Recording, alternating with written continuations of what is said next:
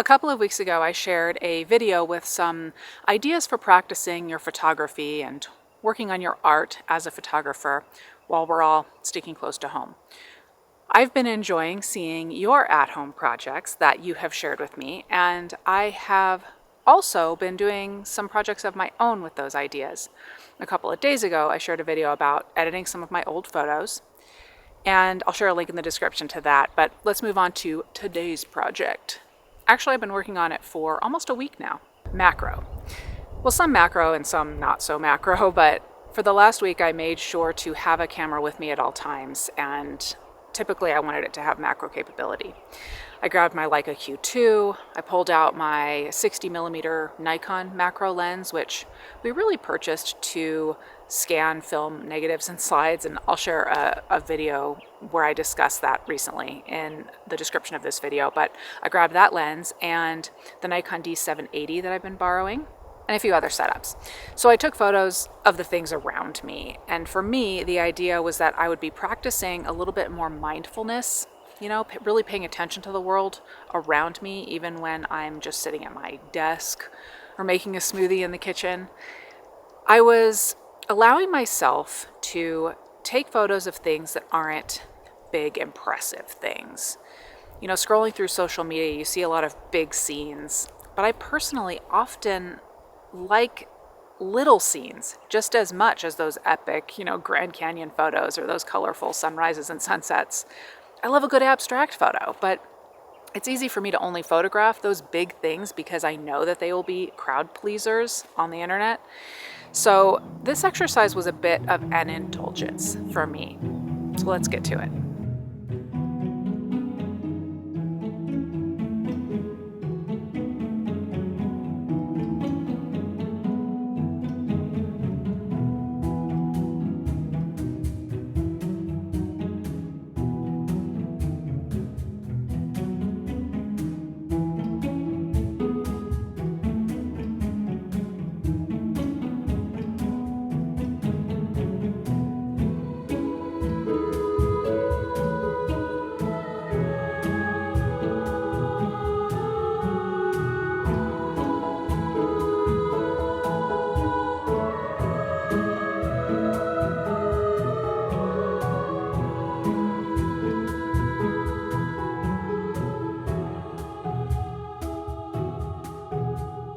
This project pushed me to get more creative at home, or just when I'm out on a run or something like where I am now, where I wouldn't normally have my photographer hat on.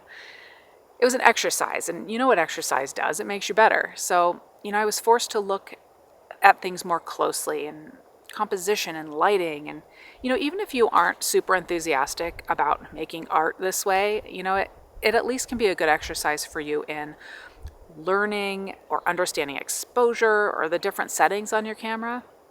I know that I used a macro lens for this project, but you certainly don't need to. You could use any setup you wanted, even your phone.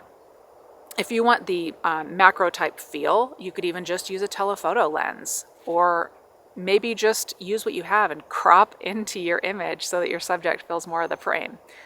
We're doing what we need to do right now, So that's it for me today.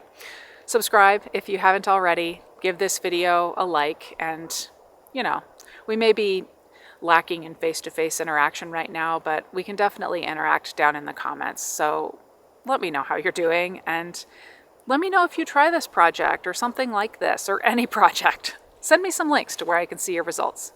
And thank you for watching.